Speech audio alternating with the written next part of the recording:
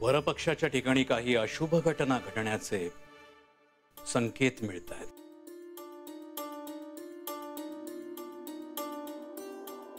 श्री खंडेराय अशा कोणत्याही संकटांना मोडून काढण्यास समर्थ आहेतच, परंतु अशुभ शक्ती आपले कार्य करीतच असतात. त्यामुळे श्री खंडेरायांना विवाहपूर्व काळात काही गंभीर समस्यांना तोंड द्यावं लागेल. हो, आपण असेच थांबलो तर कुलदेवतांसमोर अक्षदा कधी ठेवणार? विवाहाची सगळी खरेदी, दागदागिने, कपडा लत्ता हे सर्व कधी होणार? आणि विवाहाची निमंत्रणं कशी द्यायची? मी जे काही बोलतो आहे त्याचे स्पष्ट कारण सांगितल्याशिवाय कदाचित तुमचा विश्वास बसणार नाही. परंतु मला पुन्हा एकदा एक युद्ध होताना दिसतंय.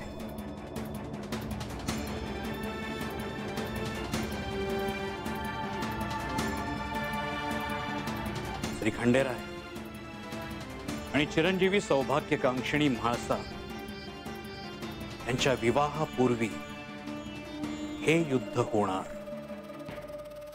मायानंद,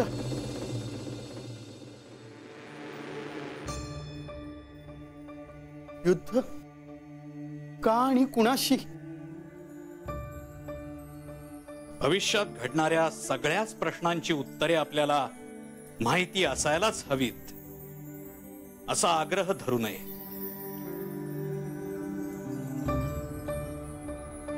मला आपली काळजी कळतीये, परंतु शिवलीला आणि शिवप्रतिरूप श्री मार्तंड भैरव यांच्यावर श्रद्धा असू द्यावी.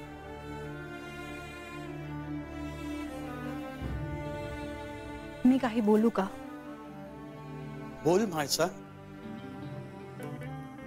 असे युद्ध होणार असेल तर आपण कोणीच काळजी करू नये,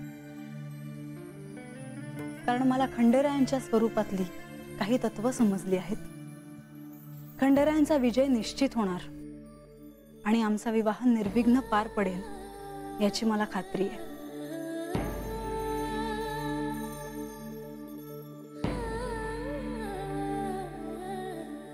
आता आपण त्यांच्या अर्धांगिनी का आहात हे सर्वांना कळेल.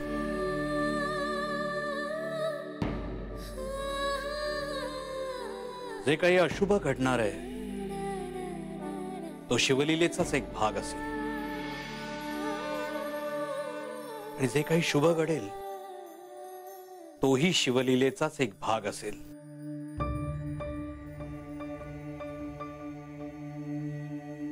चांगले आणि वाईट यांच्यामधला लढा चालूच राहणार आहे, कायमच.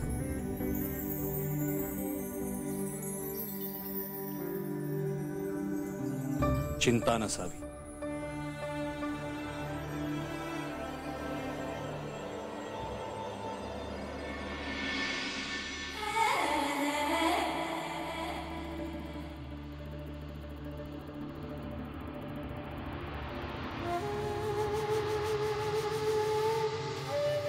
आता ह्याच्या आईला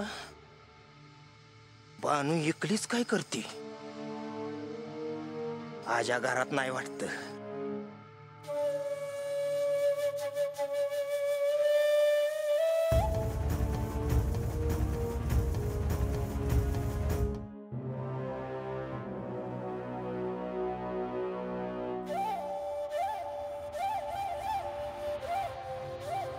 बानू,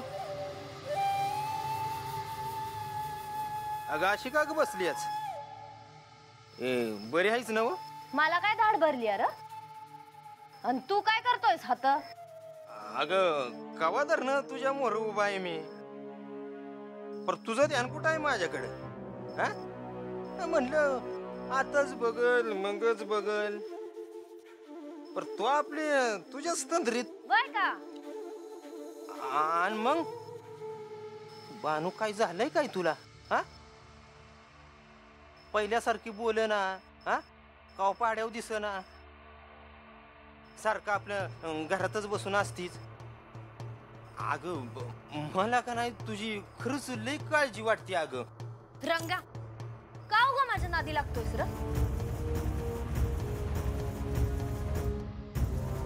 अगं बानू असं काय बोलतीयस? खरंच मला तुझी लई काळजी आहे. तुला आहे का माझी काळजी? जावा बघावा तवा तुझं ती खांडेर आहे खांडेर. रंग्या, उगा आगाऊ बोलू नकोस सांगून ठेवते म्या. तू काय बी म्हण पर मी तुला सांगतो, तू आजशील मस्त पाडवची मोठी भक्त. त्या खंडेरायाच्या भक्तीमुळे तुला दुसरं काय बी सुचना. समोरचा माणूस आपल्या करता एवढा जीव काढतोय, त्याचं दिसतोय का तुला काय? रंग्या, म्या तुला एक गोष्ट सांगते, नीट ऐक आता.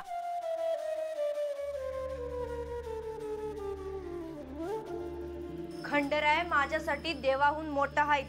अगं तीच म्हणतोय बानू, इतकी भक्ती करत जाऊ नगच, नाहीतर आयुष्यात त्याच्या बगैर दुसरं काय बी सुचायचं नाही. ते माझं मी बघून घे, तू नका सांगूस मला. आणि जा आता घरला, नाही तर बोलणी खाशील उगा माझी. चालतंय की, तुझ्या तोंडून ती बी लई गोड वाटते. ए चल जा आता. जा तू पण एक ध्यानात ठेव बर का. अगं ती कुठं तू कुठं? सोन्याची जेजुरी म्हणतात, सोन्याची जेजुरी. राजा इथे राजती. बघ विचार कर. येऊ का?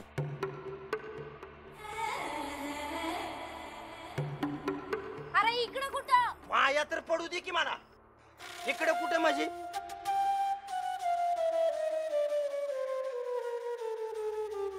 अरे चल जा आता. जातो.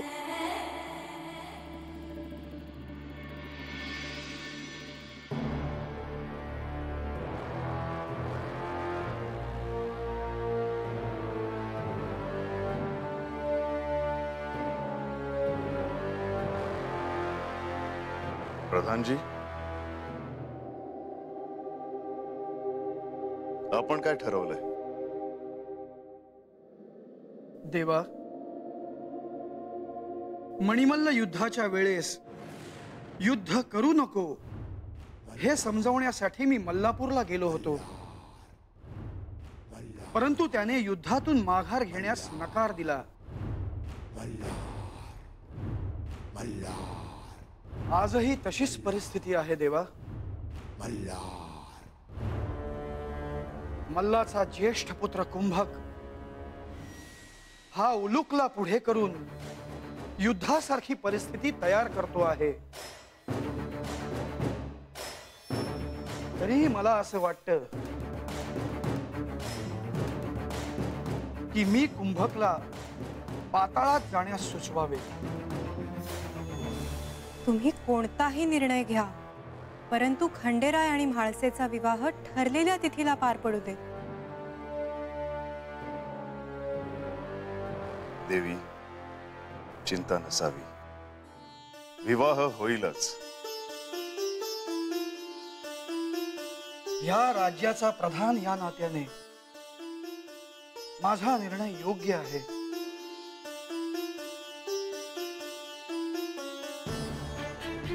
तसंच मी म्हाळसा देवींचा बंधू देखील आहे. तरी एकूण विचार करता कुंभकाला समजवण्याचा हा प्रयत्न मी करून पाहतो.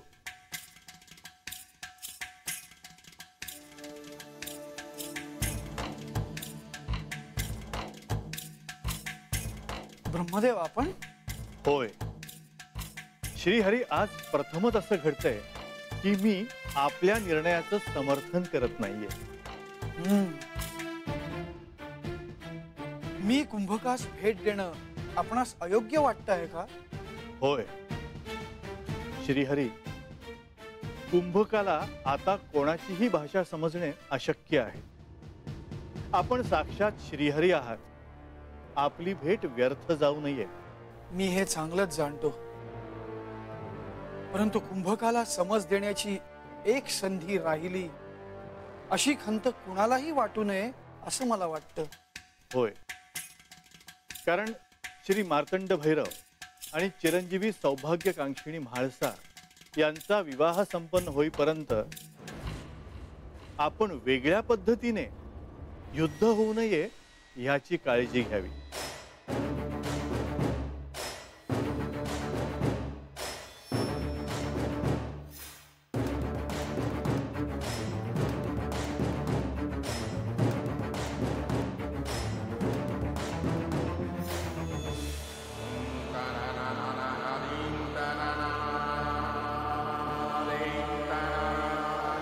प्रणाम आचार्य.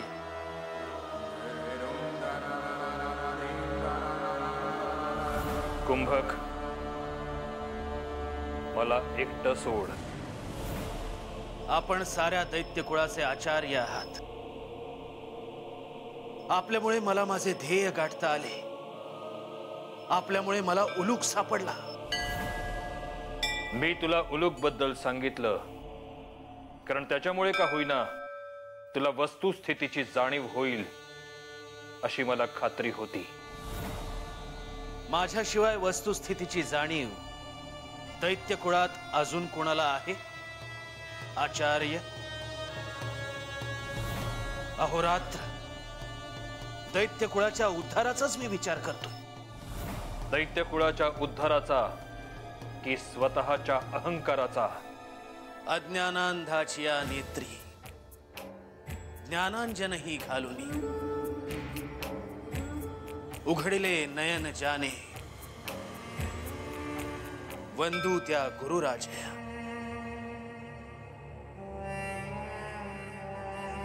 तुझ्यावर हसावं की रडावं तेच कळत नाही कुंभक. हे शब्द प्रत्यक्ष महादेवांचे आहेत. आपणच मला उलूक बद्दल सांगितले. मी जीवाच्या आकांताने त्याचा शोध घेतला. आता सुरू होणार असं युद्ध ज्यात तुमचा खंडेराय हतबल होणार.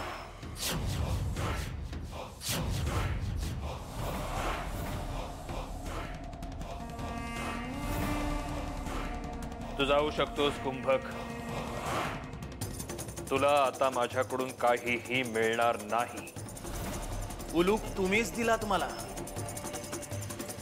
आता आणखी एक रहस्य असं सांगा ज्यामुळे खंडेराय बरोबरच्या युद्धात माझा विजय होईल. कुंभक, मी तुला उलूक बद्दल सांगितलं कारण दैत्य कुळाच्या उद्धारासाठी तुला श्री मार्तंड भैरवांबरोबर युद्ध करण्याची आवश्यकता नाही. पण तू स्वतःच्या स्वार्थासाठी उलूकला शोधलंस. प्रणाम प्रभू. आपण कुंभकाला भेटायला जाणार आहात हे मला कळले. तू समोर येणं मला अपेक्षितच होतं मल्लासूर. समस्त दैत्य कुळ आपल्या ऋणात आहे याचे भान मला होते. पण ते कुंभकाला असेलच असे नाही. तरीही आपण त्याला समजवायला निघाला आहात. पुन्हा समस्त दैत्य कुळ आपल्या ऋणात राहील. कुंभक माझ्या भेटीनंतर काय निर्णय घेणार हे मला माहित आहे. परंतु यावेळी केवळ दैत्य कुळासाठी नाही तर खंडेराय आणि म्हाळसा देवींच्या विवाहात कोणतेही विघ्न येऊ नये म्हणून मी प्रयत्न करणार आहे. खंडेरायांच्या क्रोधाला कुंभकाला सामोरं जावं लागू नये एवढीच माझी इच्छा आहे. नाहीतर कुंभकाचा मृत्यू अटळ आहे. नियतीने कुंभकाला सुबुद्धी द्यावी हीच सदिच्छा. येतो मी. प्रणाम.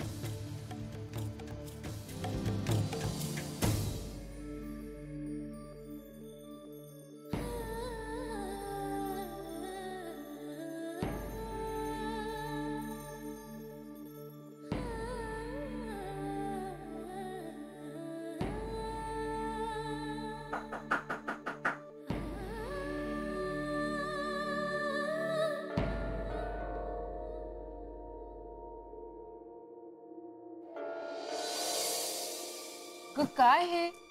तुझ्या शयन कक्षातली दारं खिडकी अशी बंद का करून बसलीयस? मला एकटं राहायचं होतं. मग मी जाऊ का? नाही थांब, ये ना.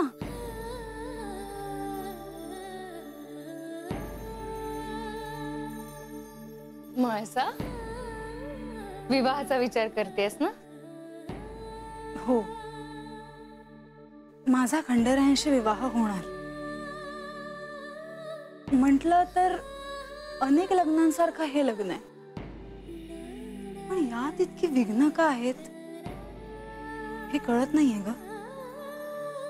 हो ना, माधव शास्त्रींनी सांगितल्यापासून मलाही खूप काळजी वाटायला लागली आहे ग. असं तुला आठवतंय, अगदी सुरुवातीला महाशास्त्रींनी तुझी पत्रिका पाहून काही भाकीत केलं होतं, ज्यामुळे तुझे आई वडील खूप चिंतेत पडले होते.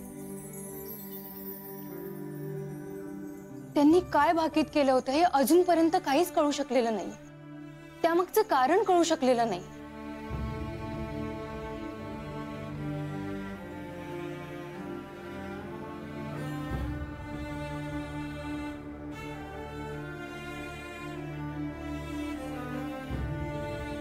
आणि आता माधव शास्त्रींनी सांगितलं की तुझ्या विवाहाच्या आधी युद्ध होणार.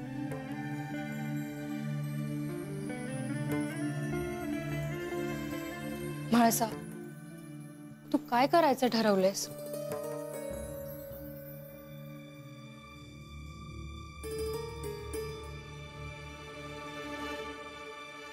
आमच्या एकत्र येण्यात जगातलं कोणतंही विघ्न असलं तरी ते टिकू शकणार नाही. पण म्हाळसा, अगं युद्ध होणार आहे, युद्ध. त्यात खंडेरायांचाच विजय होईल. तुला कळत नाहीये मी काय बोलते ते. माधव शास्त्रींनी सांगितल्याप्रमाणे विवाहाच्या पूर्व तयारीची सुरुवात या काळात करता येणार नाहीये. मग हे युद्ध किती काळ चालणार आहे, कोणाशी होणार आहे याची काहीच कल्पना नाही आपल्याला. आणि या पौष पौर्णिमेला पालीला आपण या विवाहाला कसे सामोरे जाणार आहोत?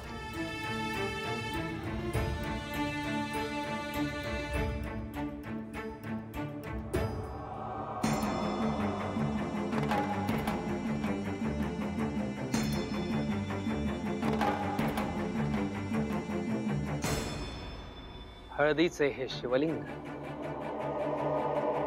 जोपर्यंत आपल्या मूळ स्वरूपात राहील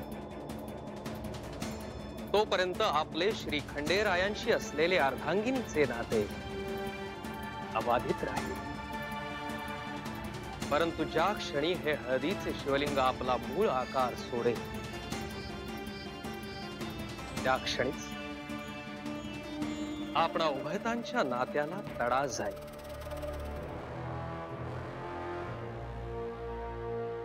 हे बघ म्हाळसा, तुझी काळजी वाढावी म्हणून मी हे सगळं नाही बोलले. पण हा विवाह कसा होणार हा प्रश्न आहे मला. काहीही झालं तरी पौष पौर्णिमेला पालीला आमचा विवाह होणार हे नक्की.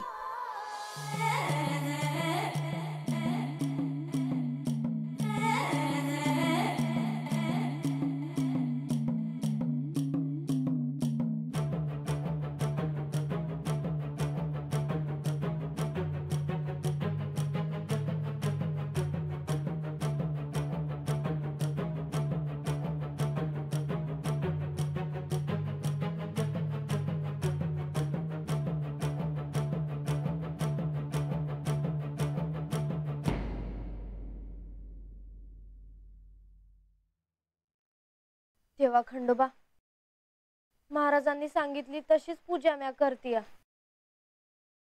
पर जवापासून शिवशक्ती समजून म्या हळदीचं शिवलिंग तयार केलं आहे तेव्हापासून काय बाय घडतया.